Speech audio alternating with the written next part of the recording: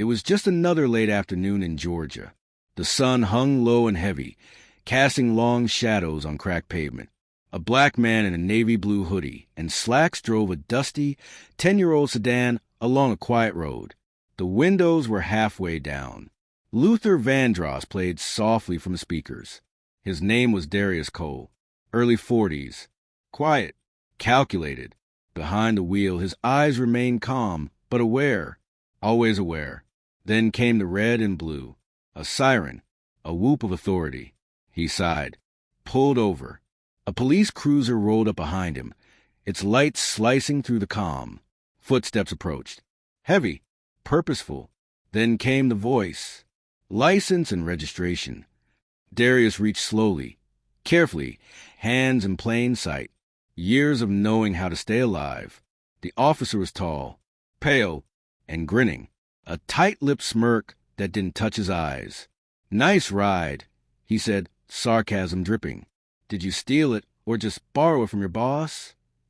Darius said nothing, just handed over the documents.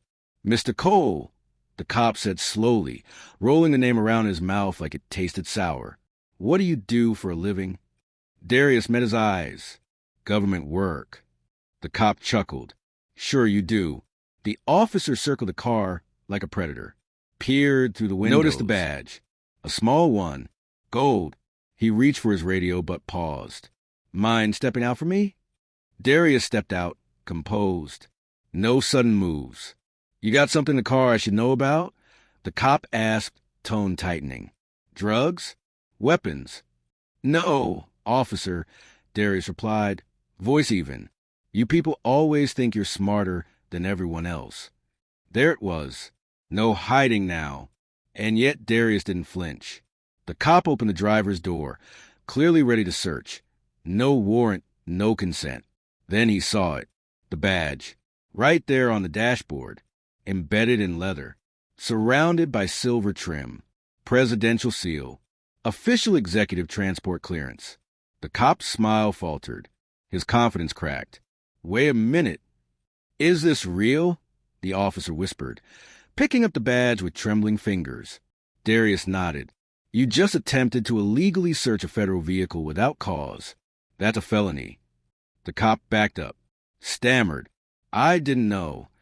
You weren't driving anything official, I thought. Darius stepped forward. Calm, commanding. You thought because I was black and in a beat-up car, I was nobody. A pause. You didn't ask for identification. You didn't verify the badge before assuming. You profiled me. The cop tried to explain. Deflect. Darius cut him off. I'm Deputy Director of National Security Transportation. I transport heads of state, presidential advisors. I've been in war zones you couldn't pronounce. The officer's face turned pale. Darius leaned closer. You laugh at the car. But this car is decoy protocol, an unmarked federal transport for high-threat situations. He let that sink in. You just stopped a government official operating under classified movement, and you'll have to explain that to your supervisor. 15 minutes later, a black SUV pulled up. No lights, no sirens. Two men in suits got out. Sunglasses, earpieces. They walked past the cop without a word. Approached Darius. Sir, are you safe? Darius nodded. They turned to the officer. Cold, precise. What's your badge number? The cop, now shaking, gave it. You detain an executive federal agent without probable cause. That's a breach of Section 192 of the United States Code. The officer tried to apologize, beg, but they weren't listening. They took statements, scanned the cruiser dash cam, collected every detail. You'll be contacted, one of them said, flatly. Then they turned to Darius. You're clear to go, Deputy Director. Darius got back into the driver's seat. The sun was almost gone now, leaving behind a deep orange hue. He drove slowly, the wind brushing his face. He had spent his entire life climbing ladders others weren't even allowed to see, fought to get into rooms where no one looked like him, earned every stripe with blood, sweat, and restraint. But still, they looked at him and saw less. He shook his head, whispered to himself. Every time I think we've moved forward, There's always someone to remind me. He glanced at the rear view. The cop still stood there, stunned, powerless. Darius didn't smile. He didn't gloat, because this wasn't victory. It was survival. That night, Darius received a call. Private number. Director Cole, we have a situation. Same officer. Another black man. It didn't end as peacefully. Silence on the line. We need you to lead the inquiry. Now! Darius clenched his jaw, because sometimes even justice comes too late. Officer Carl didn't sleep that night. The flash of the badge, the weight of the silence that followed, and the stare from the black man he thought was just another nobody. It played on loop. By morning, he'd already been called into internal affairs. The video had gone viral. A passerby had caught it all. The smirk, the mockery, and the moment his world shattered. I thought he was impersonating someone, Carl said, hands trembling. But no one was buying it. The footage spoke louder than his excuses. Terrence Ford. That was the name Carl had laughed at. The name he'd ridiculed, like a punchline.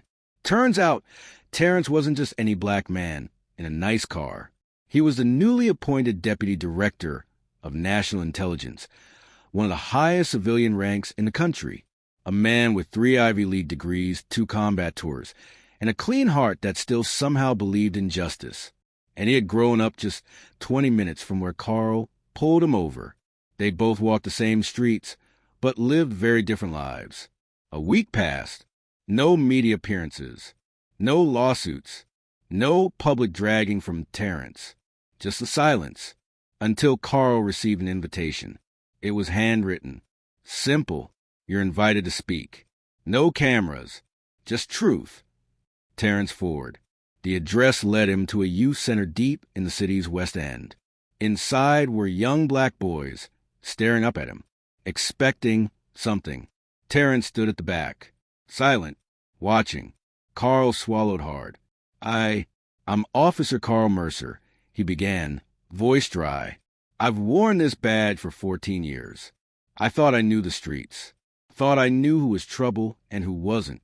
He looked over at Terrence. I didn't see a badge that day. I saw what I was trained to fear. Silence. One of the boys, barely 15, raised his hand. Why'd you laugh at him? Carl hesitated. Because I didn't believe a man who looked like that could have power. Terrence finally spoke. I could have ended your career. Everyone turned. His voice was calm, too calm.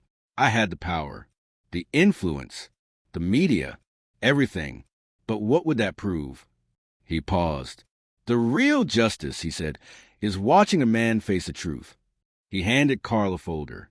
Inside were files, body cam footage, complaints, incidents swept under rugs. You're not the only one. Terrence wasn't just fighting for himself. He was opening something bigger, a full audit of systemic bias, led by someone who had lived through it. 2 months later, Carl stood beside Terrence, not in handcuffs, but in uniform, at a press conference. Not as punishment, as penance. Carl had volunteered to be part of Terrence's pilot program. Project Reset, aimed at retraining officers on cultural empathy, bias response, and street accountability. And he would lead it from the inside. I failed, he said on stage. And I want to be the reason someone else doesn't. The city was stunned. Just when it seemed redemption had taken root, another video surfaced. But this time it wasn't Carl. It was someone higher, much higher, a chief, mocking Terrence at a private gathering, saying things like, he thinks he's running the city? Please. One phone call and he's back to being nobody. Terrence watched it that night alone. The clip ended. He sat in the dark, his breath steady, but his eyes burned. The war wasn't over, not even close. Carl and Terrence stood outside the youth center again. Carl looked down. You okay? Terrence nodded, but the fire in his eyes had returned. I was never fighting for just me, he said. But now, they declared war. He handed Carl another folder. This one's deeper, dirtier, more protected. Carl opened it and froze. Photos, names, patterns, evidence. You sure about this? He asked. Terrence looked out into the night. I didn't survive this long. just to play safe.